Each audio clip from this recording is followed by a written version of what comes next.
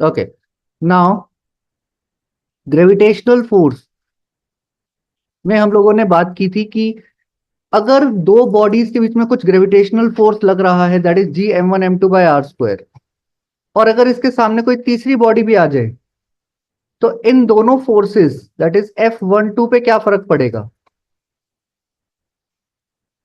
बोलो बेटा।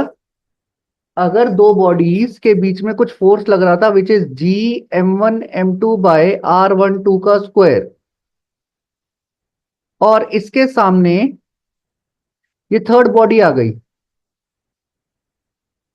तो इस F12 पे क्या फर्क पड़ेगा?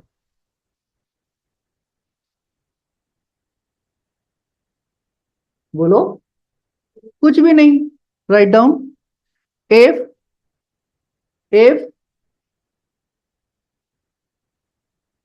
another body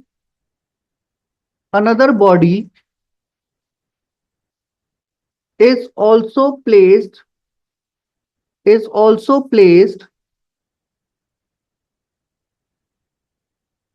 in between the gravitational field, in between the gravitational field, the gravitational force,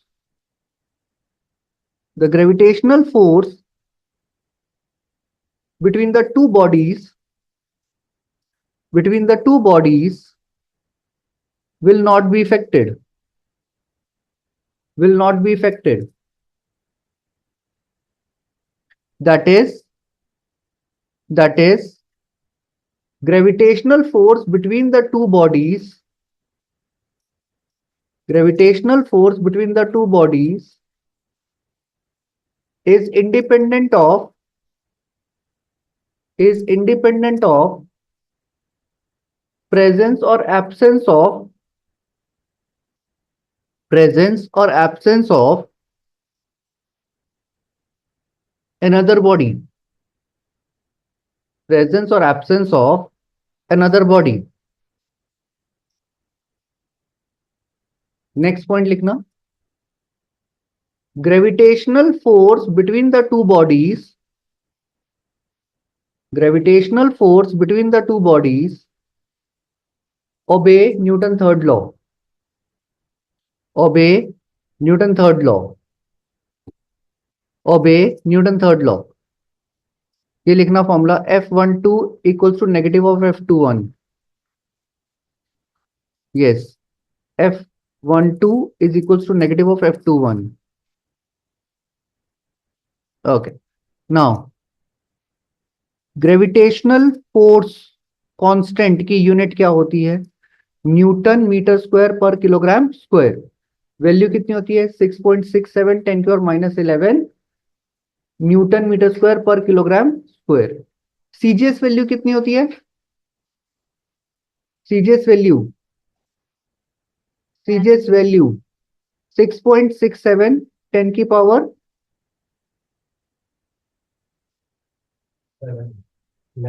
8 -8. Okay, चलिए.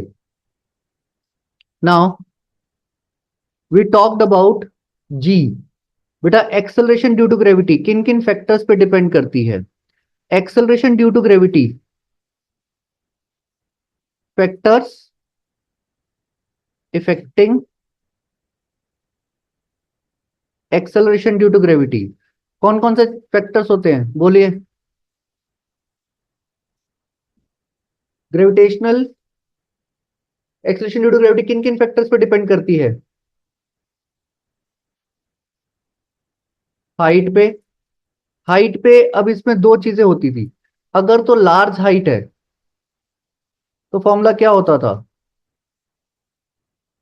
जी dash equals to g r upon में आर प्लस एच का स्क्वायर. इसका प्रूफ. और अगर स्मॉल हाइट होती थी तो इसका फॉर्मूला होता था g dash equals to g 1 - 2h/r. इसका हमने प्रूफ भी किया था, एंड द प्रूफ वाज, अगर मान लो ये हमारे पास अर्थ है, लेट अस से this is earth, and here it is an object जिसका मास m है, अर्थ का मास कैपिटल M है, इसके बीच का ये डिस्टेंस है r, दैट इज रेडियस। तो ग्रेविटी का formula, acceleration due to gravity का फॉर्मूला होता था ए पोजीशन पे, which is g m by r square.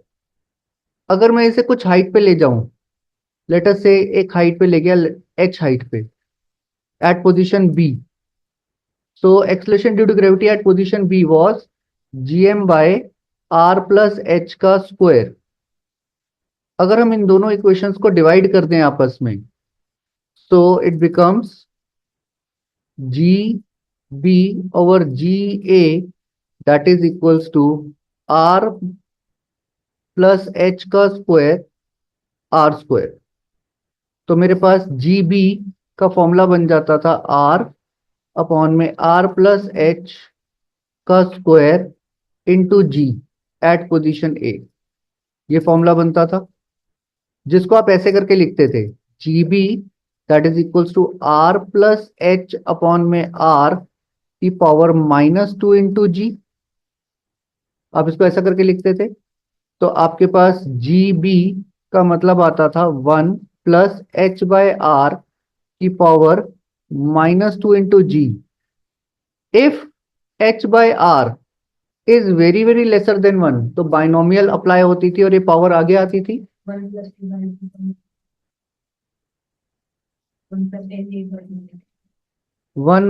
- 2h/r into जी, ये आता था आंसर।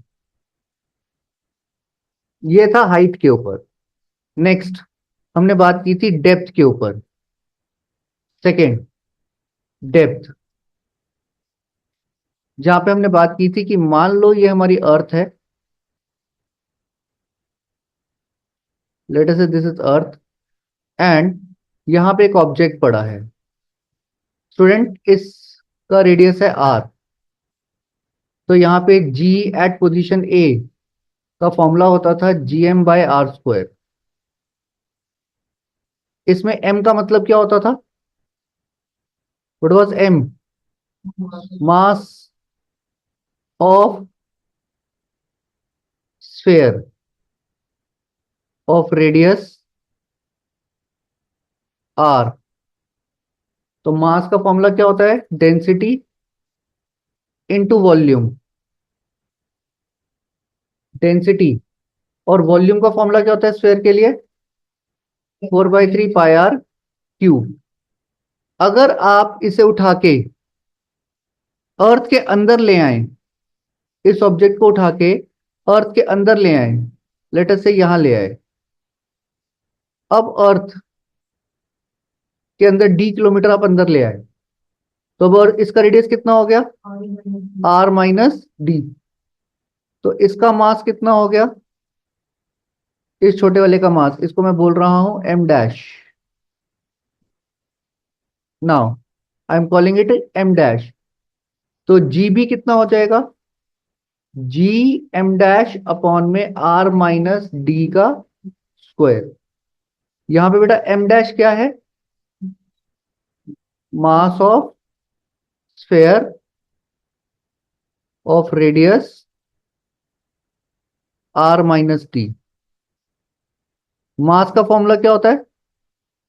Density into volume. तो डेंसिटी इंटू वॉल्यूम, तो वॉल्यूम कितना होगा? 4/3 π r - d का क्यूब। तो जीबी कितना आ गया? रो इंटू 4/3 π r - d का क्यूब अपॉन r - d का स्क्वायर। ये पूरा फैक्टर इसको कैंसिल कर गया, तो we get g rho 4/3 π r - d। बेटा एक बात देखो, आपके पास जी ए, जी ए का फॉर्मूला कितना था? G rho into 4/3 π r³ upon r square. तो जी ए कितना आया? 4/3 पाई आर। और जब आप इसको अंदर ले गए तो इसकी ग्रेविटी कितनी आई? Acceleration due to gravity rho 4/3 pi r minus d. दोनों को डिवाइड करो, कितना आएगा? डिवाइड करो सेकेंड को फर्स्ट के साथ, बोलो कितना आएगा? GB/G। देखो, रो ने रो को कैंसिल किया, जी ने जी को, कैपिटल जी ने कैपिटल जी को कैंसिल किया, पाई ने पाई को कैंसिल किया, तो बोलो कितना बच रहा है? बोलिए कितना बच रहा है? R minus d upon r. बेटा ये हमने पहले भी कर रखा है, एक बार अपने नोट्स अपने हाथ में रखिए। आर माइनस डी अपॉन में आर, तो जीबी कितना आ गया? 1 - d/r इंटू जी ए। ये हमारे पास आंसर आ गया। तीसरा है हमारे पास, हाँ तो डेंसिटी सेम ही ली ना हमने। हमने एज्यूम तो किया डेंसिटी दोनों की सेम है, यहाँ पे भी हम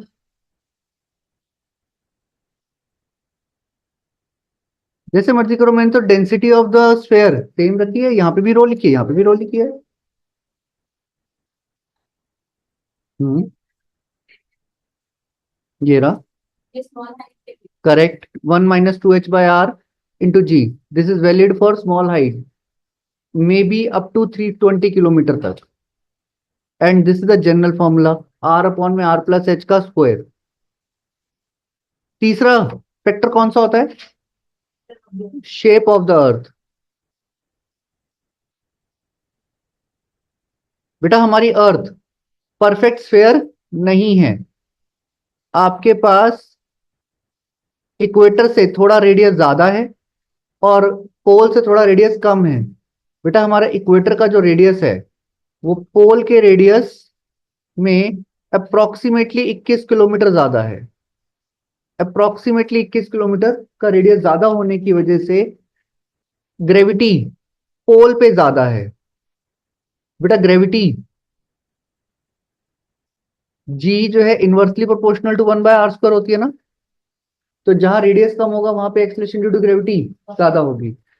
तो क्योंकि इक्वेटर का रेडियस अप्रोक्सीमेटली 21 किलोमीटर ज्यादा है, तो पोल पे ग्रेविटी अप्रोक्सीमेटली 0.5% ज्यादा है। ओके, तो ये हमने किया था हाइट के लिए, ये हमने किया था डेप्थ के लिए, एंड हमने बात की थी वेरिएशन। आपके सीबीएसई सिलेबस में latitude, in other words angular rotation of the अर्थ, ये नहीं है। तो बट मैंने आपको तब इसका एक्सप्रेशन, इसका फॉर्मूला जरूर बताया था, that is G' = G minus R⍵² cos square theta. But ये आपके सीबीएसई सिलेबस का पार्ट नहीं है, कंपटीशन का पार्ट है। तो अभी फिलहाल आपको सीबीएसई सिलेबस में नहीं करना है। अच्छा, अब इस ग्राफ को भी देखो। बेटा अगर आप अर्थ के सेंटर पे हो तो आप पे एक्सेलरेशन ड्यू टू ग्रेविटी कितनी है? 0। जैसे जैसे आप अर्थ के सरफेस की तरफ आ रहे हो तो एक्सेलरेशन ड्यू टू ग्रेविटी बढ़ रही है। मैक्सिमम कहाँ पे होती है? सरफेस पे। कितनी होती है? 9.8, जिसका फॉर्मूला होता है Gm/R²। और जब आप अर्थ से बाहर जाते हो तो अर्थ एक्सेलरेशन ड्यू टू ग्रेविटी फिर से कम होती है। किस फैक्टर से कम होती है? बेटा ग्रेविटेशनल फोर्स का फॉर्मूला क्या होता है? Gm1m2/r²। तो अगर आप ध्यान से सोचो तो ग्रेविटी इनवर्सली डिपेंडेंट है, तो ग्राफ कैसा होगा? हाइपरबोला। तो सेंटर से सरफेस तक आते हुए ग्रेविटी बढ़ रही है, सरफेस पे मैक्सिमम, और सरफेस के बाद acceleration due to gravity exponentially, sorry, hyperbolic graph से घट रही है।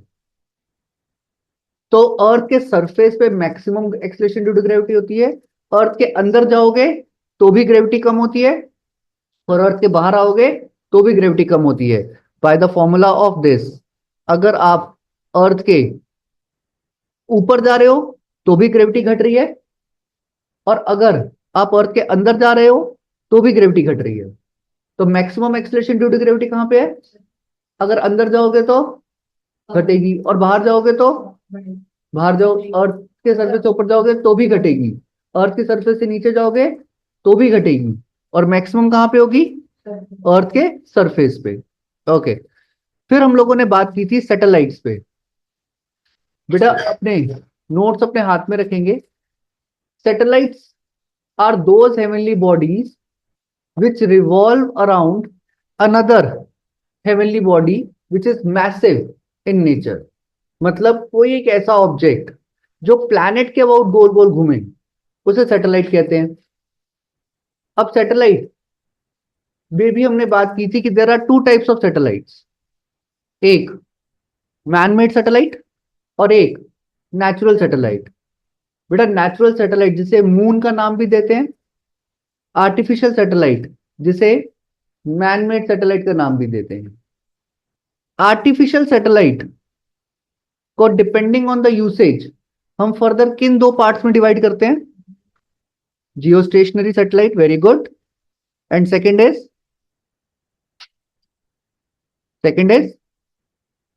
Polar satellites. Second is polar satellites. तो दो टाइप की सैटेलाइट्स होती थी, जियो stationery satellite and polar satellite. हम लोगों ने इन दोनों पे बात की थी। बेटा जियो स्टेशनरी सैटेलाइट, अपने नोट्स अपने हाथ में रखें। जियो स्टेशनरी सैटेलाइट उन सैटेलाइट्स को कहते हैं जो at a particular position of the अर्थ हमें स्टेशनरी अपीयर होती हैं। मतलब जिस स्पीड से अर्थ घूम रही है उसी स्पीड से सैटेलाइट अर्थ के अबाउट घूम रही है। जियो स्टेशनरी सैटेलाइट को हाई एल्टीट्यूड सैटेलाइट भी कहते हैं। क्यों? बोलो बेटा। 36,000 किलोमीटर। आपके पास जियो स्टेशनरी सैटेलाइट को हाई एल्टीट्यूड सैटेलाइट्स भी कहते हैं because their height from the surface of the earth is 36,000 kilometre. Yes बेटा, 36,000 kilometre from the surface of the अर्थ होती है। सेकेंड, जियो स्टेशनरी सैटेलाइट का टाइम पीरियड कितना होता है? 2 πr by that is 24 hours. Geostationary satellite का time period कितना होता है? Exact 24 hours. Geostationary satellite की रिवॉल्विंग स्पीड कितनी होती है? Yes, 3.1 kilometre per second. इसकी डायरेक्शन क्या होती है घूमने की? West to east. इसका प्लेन ऑफ रोटेशन क्या होता है? बेटा नोट्स अपने हाथ में रखिए। Parallel to equatorial plane, right. फिर इसके बाद हमने बात की थी एक पोलर सैटेलाइट भी होती है। पोलर सैटेलाइट्स क्या होती हैं? जो अर्थ के नॉर्थ एंड साउथ पोल के अबाउट रिवॉल्व करती हैं, उन्हें पोलर सैटेलाइट्स कहते हैं। Polar satellites they are also known as low altitude satellites. ऐसा क्यों?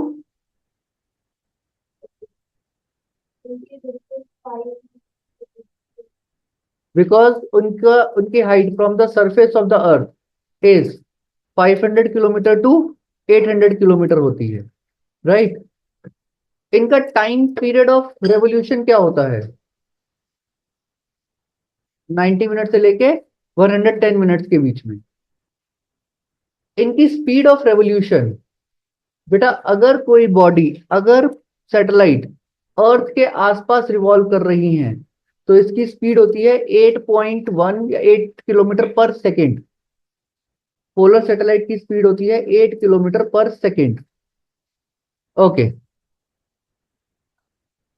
पोलर सैटेलाइट की स्पीड है अराउंड 8 किलोमीटर पर सेकेंड, जियो स्टेशनरी सैटेलाइट्स की 3.1 किलोमीटर पर सेकेंड। नाउ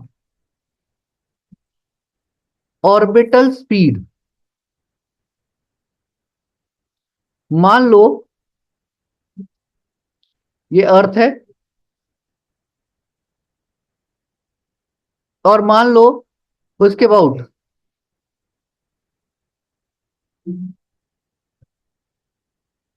एक सैटेलाइट रिवॉल्व कर रही है, इसका distance from the centre of the earth, let us से स्मॉल आर, तो इस पे कौन कौन से फोर्सेस लगते हैं? एक फोर्स लगता है Gm m/r², एक फोर्स लगता है mv²/r। अगर मैं इन दोनों को कंपेयर करूं तो आंसर आता है mv²/r इक्वल्स टू Gmm/r²। तो यहां से मेरे पास ऑर्बिटल स्पीड आ जाती है which is equals to √of Gm/r। इस ऑर्बिटल स्पीड को आप लिख सकते हैं 2πr/t। तो यहां से मेरे पास आता है Gm/r। अगर मैं इसका स्क्वेयरिंग कर दूं दोनों तरफ तो वी गेट, बोलो क्या लिखूं इसकी जगह? r²/t² should be equals to Gm/r। Cross multiply कर लीजिए तो वी गेट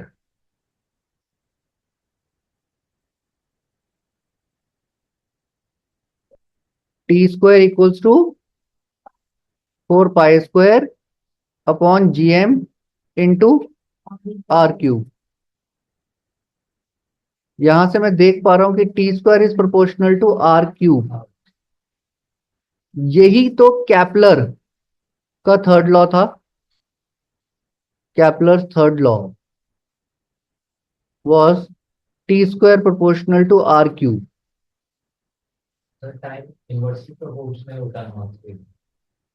बेटा यहां पे m का मतलब क्या होता है? Mass of the central body. जैसे सैटेलाइट अर्थ के अबाउट घूम रही है तो अर्थ का मास तो कांस्टेंट है ना, वो तो वेरी ही नहीं कर रहा। तो आपके पास टाइम पीरियड सिर्फ डिपेंड करता है रेडियस ऑफ रोटेशन पे। ओके, फिर हम लोगों ने बात की थी एक काइनेटिक एनर्जी ऑफ रोटेशन की। काइनेटिक एनर्जी का फॉर्मूला क्या होता है? ½ mv²। इसमें v कौन सी एनर्जी होती है और v कौन सी वेलोसिटी होती है? Orbital velocity. क्या फॉर्मूला होता है ऑर्बिटल वेलोसिटी का? √of Gm/r का स्क्वायर, √of Gm/r का स्क्वायर। तो काइनेटिक एनर्जी कितनी आ गई? Gmm/2r। Gmm/2r। फिर हम लोगों ने एक बात और की थी, ग्रेविटेशनल पोटेंशियल एनर्जी। क्या फॉर्मूला होता है इसका? -Gmm/r। तो ग्रेविटेशनल पोटेंशियल एनर्जी का क्या फॉर्मूला होता है? -Gmm/r। बाइंडिंग एनर्जी, बेटा बाइंडिंग एनर्जी मतलब yes, kinetic energy plus gravitational potential energy. क्या फॉर्मूला होता है इसका?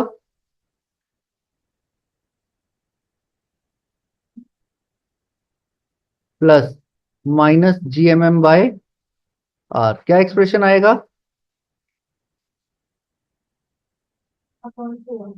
Yes, -Gmm/2r। This is called binding energy या फिर टोटल एनर्जी। ओके, नेक्स्ट हम लोगों ने एक वर्ड और भी यूज किया था which is called escape speed. बेटा एस्केप स्पीड का क्या मतलब होता है? राइट डाउन, राइट डाउन, या फिर अगर आपके हाथ में नोट्स है तो बहुत अच्छी बात है। एस्केप स्पीड का मतलब क्या होता है? The minimum speed with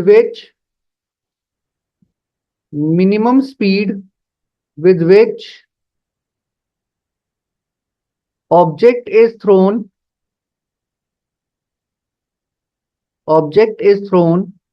vertically up such that it goes It goes out of the earth gravitational field,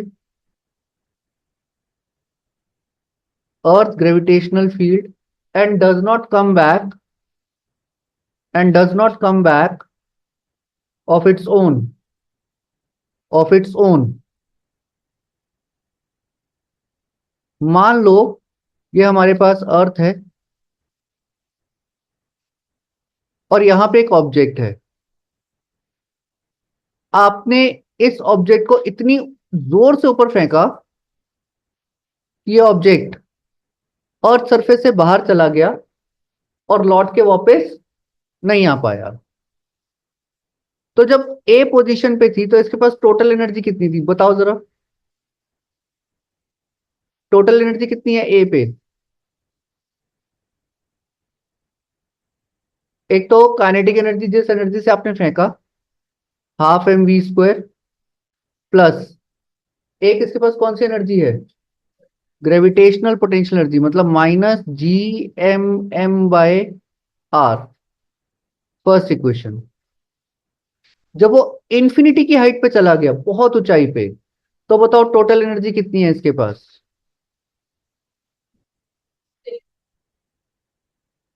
kinetic बेटा बहुत हाइट पे है, तो आई कैन एज्यूम कि वहां पे आके काइनेटिक एनर्जी इसकी जीरो हो चुकी है।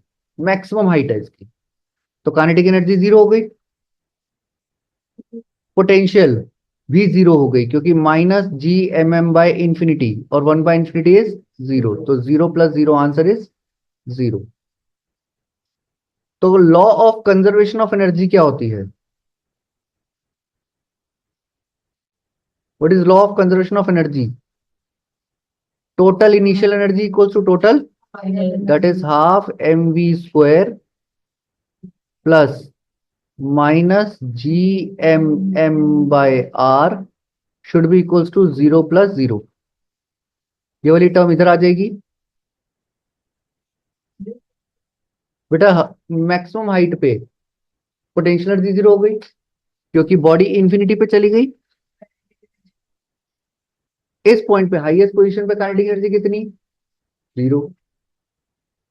तो आपके पास Gmm/r, तो एक m ने एक m को कट किया, तो एस्केप स्पीड कितनी आ गई, ट्वाइस ऑफ Gm/r का रूट। हमें पता है कि स्मॉल g को आप लिख सकते हैं Gm/r², तो आप gm को ऐसे भी लिख सकते हैं gr²। तो escape speed can be written as √2gr²/r। तो एस्केप स्पीड कितनी आ गई, √2gr। जब आप g की वैल्यू यहां पे पुट करते हैं बेटा, एक्सेलरेशन ड्यू टू ग्रेविटी की वैल्यू क्या होती है on the surface of earth? 9.81 metre per second square. और अर्थ का रेडियस कितना होता है, 6400 किलोमीटर, तो 10⁻³ मीटर। जब इसको सॉल्व करते हैं तो कितना आंसर आता है? अर्थ की एस्केप स्पीड कितनी होती है, 11.2 किलोमीटर पर सेकेंड। तो अर्थ की एस्केप स्पीड कितनी है, 11.2 किलोमीटर। यस, तो this is the escape speed of the earth. तो हमने एस्केप स्पीड भी पहले कर रखी थी। Orbital speed we have done it. Time period that is t² = 4π² we have done it. Okay, now gravitational field is a region जहां तक एक ग्रेविटेशनल फोर्स का इन्फ्लुएंस होता है, that is it is a region up to which a gravitational force has its influence. Okay, gravitational potential energy का formula क्या होता है, -Gmm/r। इसको हमने अपनी क्लास में प्रूफ भी किया था। इसका प्रूफ का मेथड क्या था, work done equals to force into displacement. Force मतलब Gmm/r² इंटू dr। अब इसका इंटीग्रेट कर दें तो कितना आएगा, Gmm/r r with negative sign. Negative sign क्या रिप्रेजेंट करता है? नेगेटिव साइन क्या रिप्रेजेंट करता है? It shows attractive nature. It shows attractive nature. हमने बाइंडिंग एनर्जी भी अभी निकाली थी बेटा। बाइंडिंग एनर्जी कितनी निकाली है पीछे? -GMM/2R। तो हमने बाइंडिंग एनर्जी भी निकाली है। Escape speed. एस्केप स्पीड का फॉर्मूला क्या निकाला है हमने पीछे? √2GM/R या फिर √2GR। बेटा लिख लो कहीं पे, escape speed. Yes, kilometre per second. बेटा लिख। हाँ बिल्कुल, इसका आंसर 11.2 10⁻³ मीटर पर सेकेंड आता था ना स्टूडेंट। लिख लो कहीं पे, escape speed does not depend on angle of projection, does not depend on angle of projection and mass of the body, but it depends on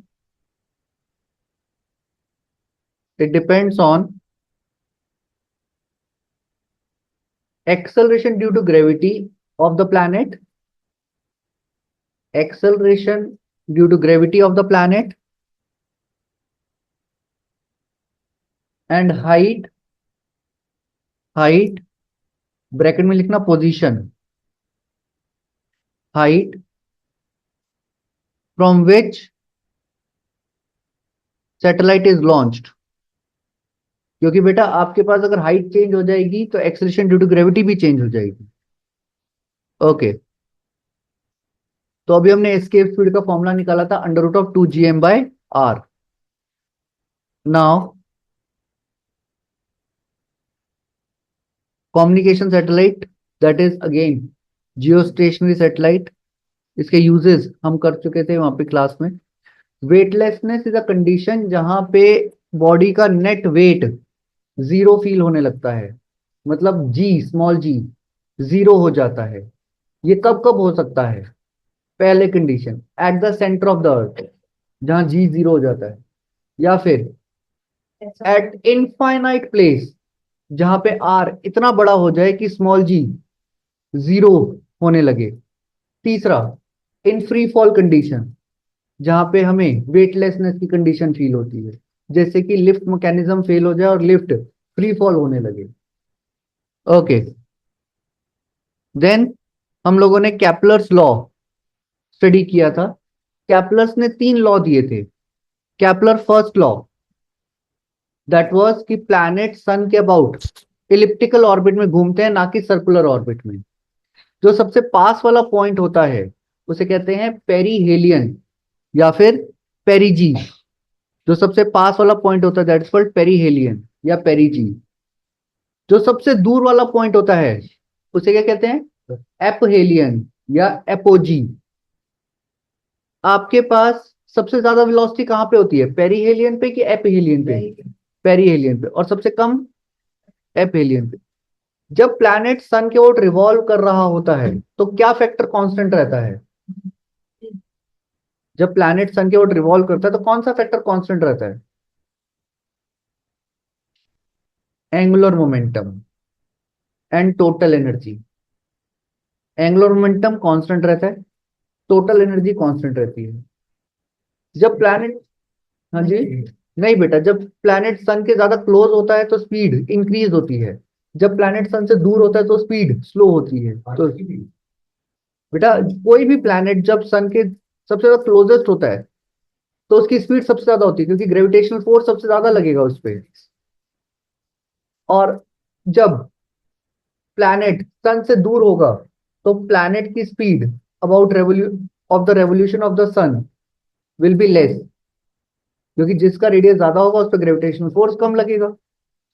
okay, next is law of area. बेटा law of area कहता है कि अगर सन को हम एक centre point पे मान लें, मतलब एक फोकस पे मान लें, और प्लैनेट उसके अबाउट रिवॉल्व कर रहा है, अगर यहां का टाइम A से B तक का टाइम और ये वाला टाइम अगर सेम है, for the same time the area swept by the planet would be same. मतलब अगर ए से बी का टाइम और यहां से यहां तक का टाइम सेम है, इन दैट केस ये वाला एरिया और ये वाला एरिया सेम होगा। Okay, third is law of period या फिर Kepler third law. What is Kepler third law? T square is proportional to r cube, और ये हमने इसका अभी जस्टिफिकेशन भी की थी, that is t square is proportional to r cube, right? जहां पे हमने बात की थी कि ग्रेविटेशनल फोर्स को कंपेयर कर दो सेंट्रीपिटल फोर्स के साथ, तो t square proportional to r cube, this is Kepler third law. Okay, now friends, अब